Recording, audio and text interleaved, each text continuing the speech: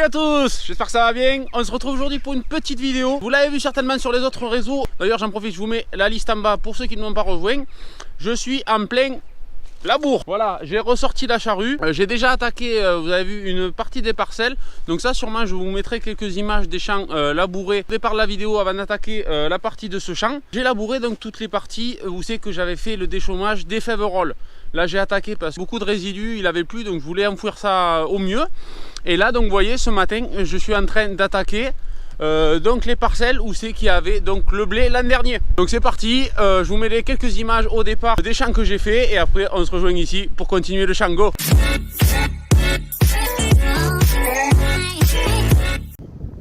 Voilà, donc là on est au niveau du champ que j'ai labouré où il y avait les fèves-rolls l'autre fois. Donc comme vous voyez, la parcelle est relativement propre, et bien sûr.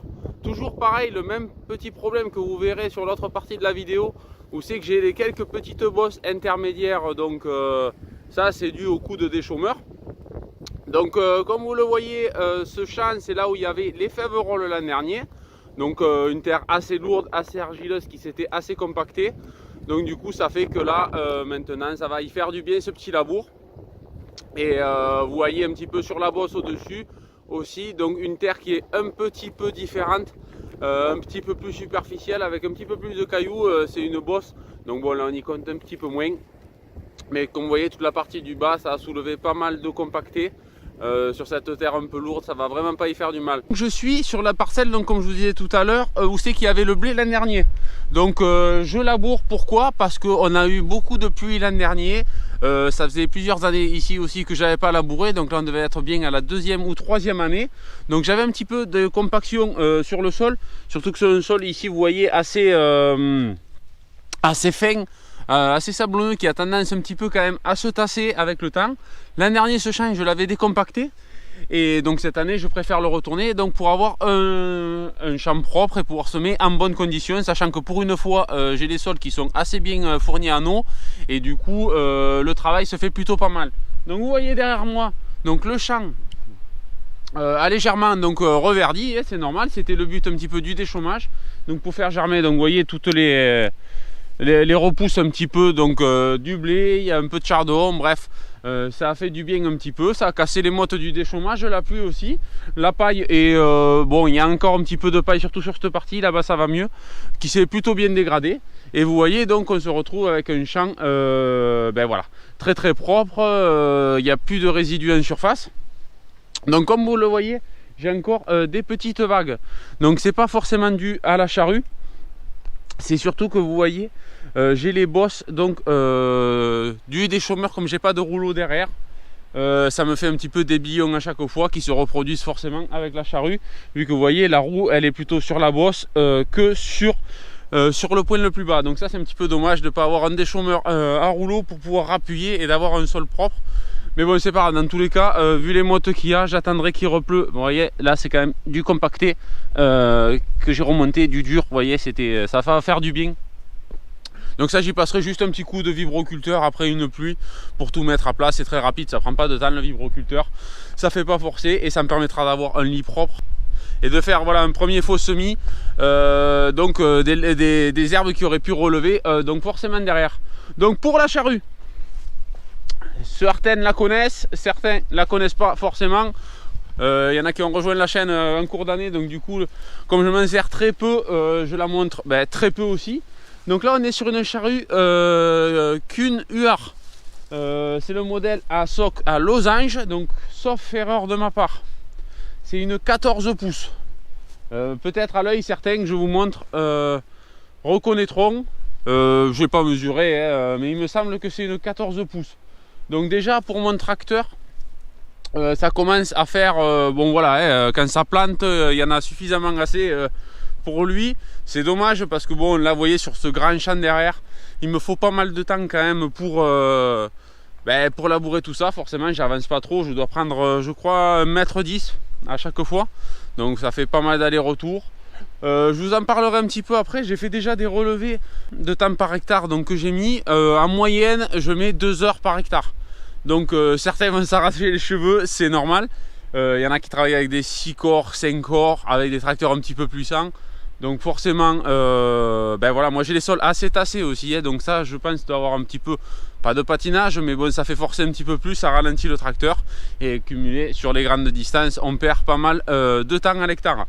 Généralement certains doivent tourner, dites-moi le en commentaire bien sûr, à 1 heure hectare. Bon là sur un champ carré comme ça bien sûr, voilà, ça va assez vite. Sur les champs à pointe on met plus de temps. Donc dites-moi combien vous mettez à peu près avec ben, voilà, hein, votre matériel. Ça me donnera une idée un petit peu voilà, du ratio temps passé, temps perdu et consommation. Voilà, on verra un petit peu où c'est qu'on en est. Bon moi le tracteur c'est un petit tracteur, hein, petite consommation, donc c'est vrai que ça me dérange pas des masses, même si je perds un peu de temps, hein. Forcément, hein, si vous comptez bien, j'ai à peu près on va dire 17 hectares, donc 17 x 2, voilà, je vous laisse compter combien de temps il me faut juste pour labourer mes champs. Donc c'est un petit peu long. C'est un petit peu long, mais heureusement que je le fais pas chaque année. Donc c'est parti, on va attaquer un petit peu, on va continuer ça. Je sais pas si je pourrais vous faire des vidéos drone parce que ça se paraît pas, mais il y a beaucoup de vent, mais vraiment beaucoup. On est en alerte vent violent, on devrait avoir 90-100. Donc bon, c'est pas grave, j'espère vous en faire un petit peu cet après-midi, parce que là le soleil il est vraiment trop fort, vous allez rien voir. Et du coup, ben, c'est parti, je vous montre tout ça de toute façon en cours, c'est parti.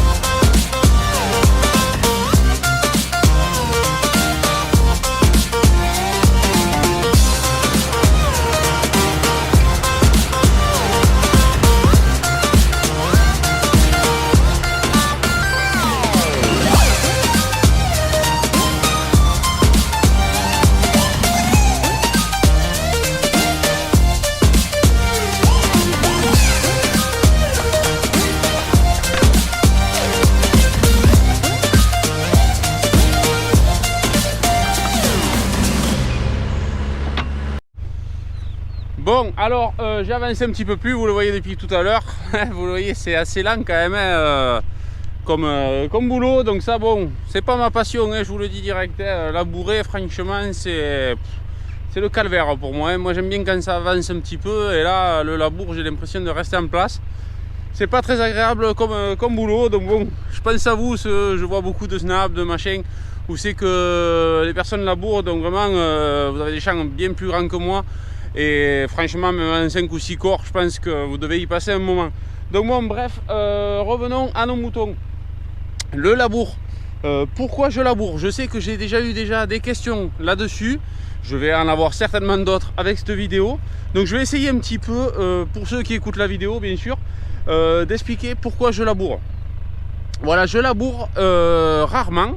J'essaye de limiter donc, mes interventions de labour sur l'exploitation, bien sûr pour éviter le mélange voilà, des couches de terre, de laisser la vie un petit peu dans les couches où elles sont, éviter de trop retourner. Donc là je dois labourer, on va dire, je suis un peu plus, je dois être entre 18 et 22, hein, c'est pas précis, mais je pense que ça doit être si j'ai le mètre, je vous le ferai un petit peu plus moins dans la vidéo, je suis un peu plus pas là-bas. J'essaierai de vous mesurer la hauteur. Donc ça déjà, ça me permet donc un petit peu, bien sûr, d'enfouir tout ce qui va être mauvaises herbes. Donc là, vous voyez, il y a des repousses de chardon un petit peu partout dans ce champ. Je vous avais montré dans la vidéo des chômages, donc des féveroles, un champ qui avait été très sale. Là, le petit morceau de demi-hectare qui s'était énormément sali du fait de la population aussi de graines à la surface. Dans des terres un petit peu de rivière et des terres un petit peu humides, donc qui favorisent facilement la levée des graines. Donc là on commençait à avoir aussi un salissement trop important dans ces terres. Là je vous dis, ça fait à peu près, celui-là ça fait même peut-être 4 ans même, je me rappelle plus exactement quand est-ce que ça devait même faire 3 ans sûr. Donc là il était temps un petit peu de nettoyer, parce que dès les moindres pluies, si je sème un petit peu plus tard et que j'ai pas le temps de semer dans les conditions que je veux, que ça lève pas comme je veux, je me fais prendre un petit peu par les mauvaises herbes. C'est pas trop dérangeant pour les cultures qui se débrouillent bien et qui vont avoir de la vigueur et qui vont me permettre de passer devant les mauvaises herbes, mais plus ça allait, plus je voyais sur la majorité de mes champs que le salissement devenait trop important. C'est normal, voilà, il n'y a aucun désherbage. Moi j'ai pas de RC tri, je n'ai pas mais forcément de traitement post-levé, ou j'en sais rien comment vous appelez ça en conventionnel. Moi donc c'est semé, fini. Donc il est au bout d'un moment assez important quand même de pouvoir limiter le stock de graines par le faux semis, ce que je réalise normalement chaque année à force, mais du fait des périodes donc de semis, je ne peux pas forcément compter même sur un passage de RC tri pour rattraper donc ces éventuelles levées de graines. Donc j'en suis revenu d'une part pour le tassement du sol, ça permet quand même, malgré un décompactage que j'ai fait l'an dernier, de retrouver et d'avoir une terre homogène, nivelée à la même profondeur partout, et ne pas avoir des cuvettes d'eau ou des bosses qui peuvent ne pas avoir la même texture pour la culture en cours. Donc ça, premier point, déjà décompactage. Et deuxième point, donc forcément, c'est les adventices, bien sûr, en bio. Et souvent on me dit pourquoi tu laboures en bio. Justement, on a plutôt même tendance à forcer un petit peu sur le labour du fait qu'on ne peut pas faire d'intervention chimique donc sur les cultures. Donc certains trouvent que le labour n'est pas trop compatible avec le bio, du fait qu'on retourne la terre, du fait qu'on utilise du gasoil, du fait qu'on mélange donc des couches de terre et qu'on ne garde pas toujours pareil un couvert dessus. Ok, pour les couverts, il faut quand même savoir qu'on travaille avec du matériel spécifique, assez cher, assez rare, pas forcément adapté à toutes les cultures, pas forcément adapté à toutes les régions. Parce que nous, semer en direct sur de la terre sèche, vous connaissez le résultat. Donc il y a plusieurs facteurs qui doivent être faits pour pouvoir faire un couvert, rouler un couvert, détruire le couvert, semer en direct dedans. Moi je me rappelle une vidéo, vous pouvez peut-être la regarder, de Gilles VK, mon youtubeur qui essaye vraiment de garder une vie du sol. Il est en conventionnel et il explique très bien pourquoi c'est plus logique de le faire en conventionnel qu'en bio. C'est normal parce qu'il avait détruit son couvert et il avait pu réimplanter de suite. Donc là, aucune intervention au sol, ne serait-ce que le semis. Donc moi, j'avais trouvé ça assez logique de sa part parce que voilà, ça combine quand même l'avantage du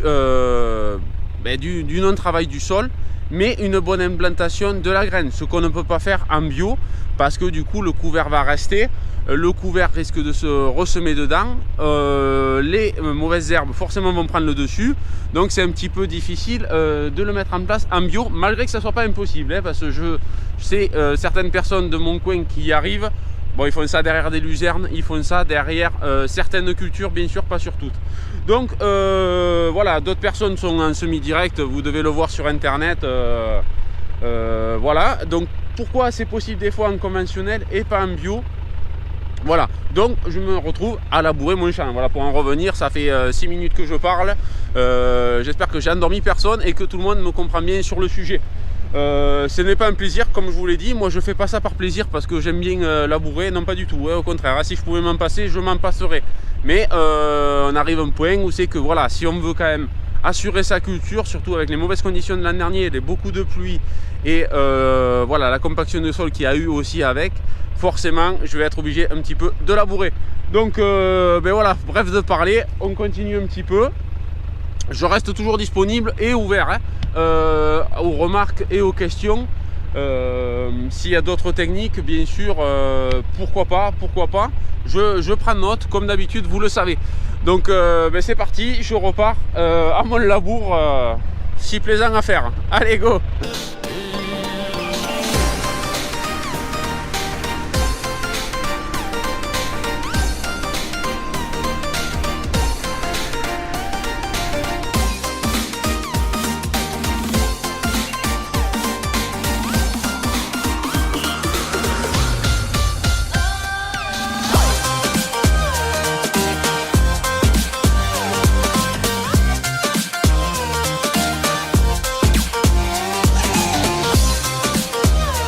Bon allez, je sors un petit peu pour vous montrer où j'en suis.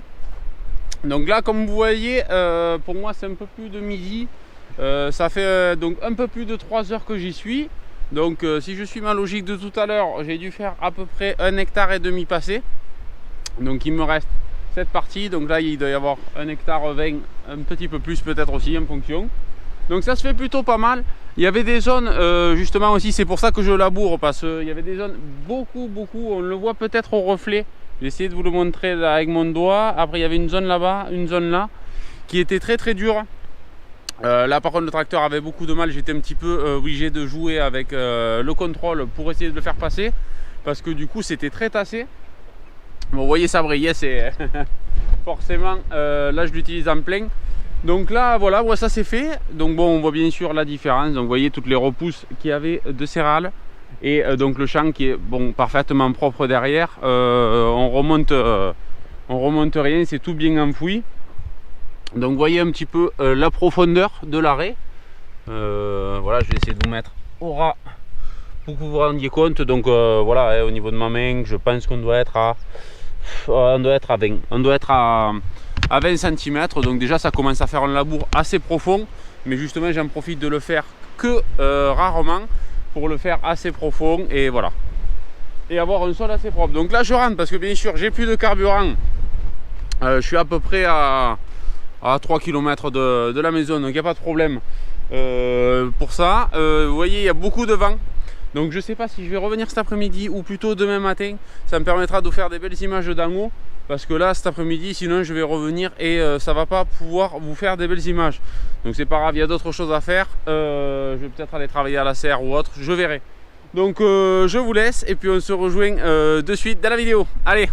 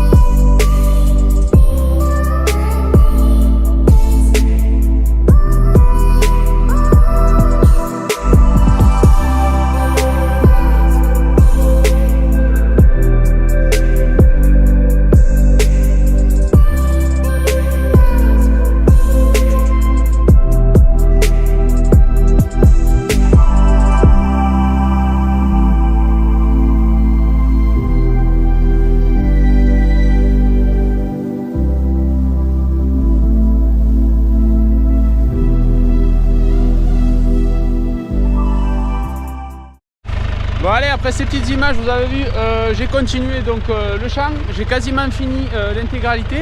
Il me reste donc là toute la partie en pointe qui doit représenter un bon demi-hectare tassé. Donc là, comme vous voyez, sur la partie la plus sombre, vraiment, je regrette vraiment pas d'y être passé pour labourer parce que vraiment c'était vraiment tassé sur cette partie, donc qui est légèrement plus basse comparé à la partie du fond. J'étais même obligé de tomber une vitesse parce que vraiment c'était très dur. Donc bon, vraiment là c'est là que je vois quand même un intérêt à vraiment passer un coup de charrue. Autant des fois je me demande si mon intervention est bonne, n'est pas bonne, si je devrais pas. Là vraiment il n'y a aucun doute. Comme vous voyez aussi j'ai des racines de comment on appelle ça, nous dans le coin. Hop, vous voyez ça c'est vraiment terrible ça. C'est pas du sorgho, c'est plutôt ça. Nous on appelle ça du sénile dans le coin, donc voilà des espèces de petits roseaux. Et vraiment là ça commençait, vous voyez, à s'implanter pas mal sur ce petit rond. Il y a un petit rond au fond bien sûr dans les parties les plus basses, les plus tassées et les plus humides. Donc là vraiment ça va faire du bien un petit peu de retourner tout ça. Donc il y avait quelques bosses aussi au milieu, vous voyez, bien plus sombre. Où c'est qu'il y a les corbeaux là-bas, où c'est que vraiment c'était tassé et ça va faire du bien. Donc là je continue. Il me reste, je vous dis, vraiment avec la pointe une petite heure encore de labour. Vraiment j'aime pas ça, hein. C'est vraiment long, c'est ennuyeux vraiment. Le labour, si je peux m'en passer, je m'en passerai. Bref, on continue et on voit ce que ça donne à la fin.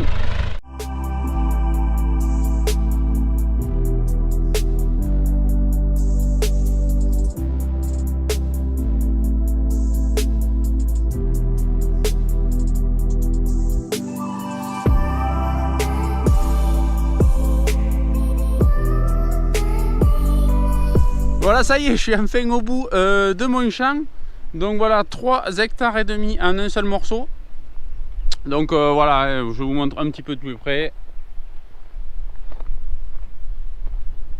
Voilà, donc un labour très correct. Franchement, je suis assez content du travail, même si vous voyez forcément les billons à chaque fois. Ça reste léger, hein, ça reste léger parce que ça dénivelle pas non plus. C'est pas des grosses bosses, c'est juste du rattrapage à chaque fois des coups de déchômeurs comme je vous avais dit avant. Donc voilà à peu près. Maintenant, il va me rester donc uniquement la parcelle que j'ai la plus loin, qui est à peu près à 6-7 km d'ici. Donc ça, je vous le mettrai pas, sinon je ne pourrais pas vous sortir la vidéo à temps. Voilà, donc on se retrouve encore le lendemain. Donc là j'ai attaqué ce matin l'autre champ. Donc là c'est pareil, c'est le champ où il y avait le blé l'an dernier. Donc comme vous voyez là j'ai attaqué la petite pointe.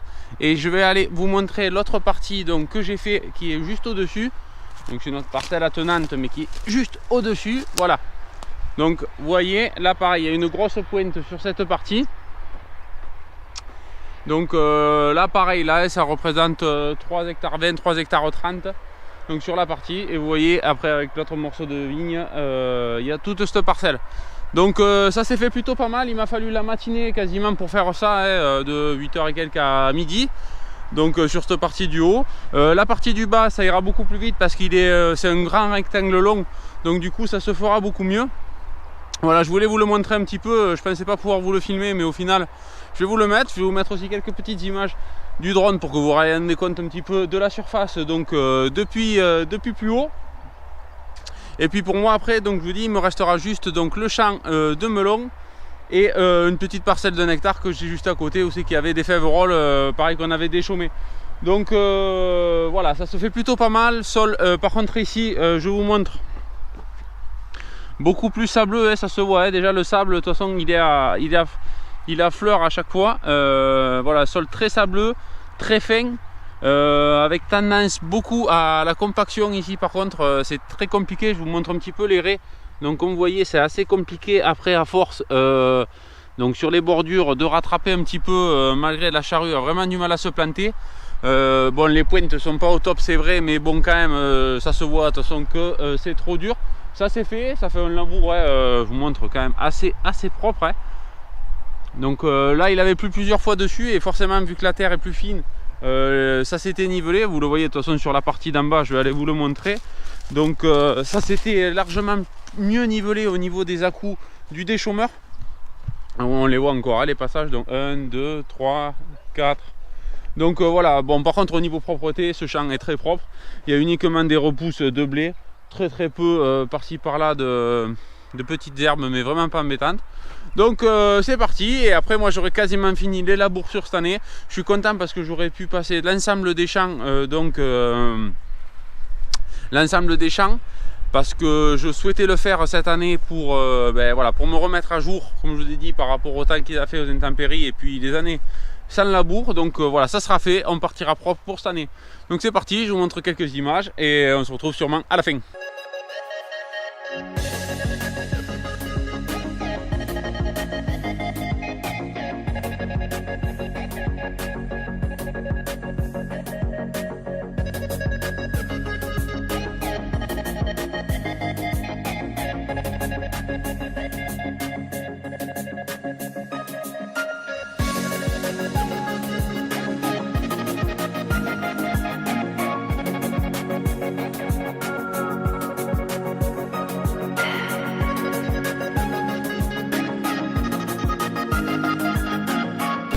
Allez, voilà, le champ est terminé entièrement. Donc là je sais plus quelle heure c'est, donc il est 15h.